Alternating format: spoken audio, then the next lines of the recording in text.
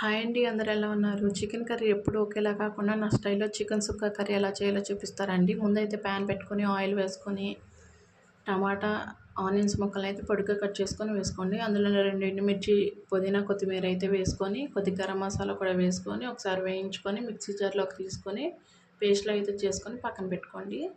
తర్వాత ఒక ప్యాన్ పెట్టుకొని ఆయిల్ అయితే వేసి చెక్క, లవంగాలు, ఇలాచీలు అయితే వేసి వేయించుకొని చిన్నగా కట్ చేసుకున్న ఆనియన్స్ ముక్కలను కూడా వేసి వేయించుకొని ఆనియన్స్ అయితే వేగిన తర్వాత చిటికెడు పసుపు, 1 స్పూన్ అల్లం వెల్లుల్లి పేస్ట్ అయితే వేసుకొని బాగా కలుపుకున్న తర్వాత చికెన్ అయితే వేసుకోండి. చికెన్ అయితే వాటర్ పోయేదాకా అయితే ఉడికించుకున్న తర్వాత 1 స్పూన్ ఉప్పు, 1 స్పూన్ కారాన్ని అయితే వేసి పచ్చివాసన పోయిన తర్వాత అయితే ముందుగా రెడీగా పెట్టుకున్న పేస్ట్ని అయితే వేసి ఒకసారి బాగా కలుపుకొని తగినన్ని వాటర్ అయితే పోసుకోండి.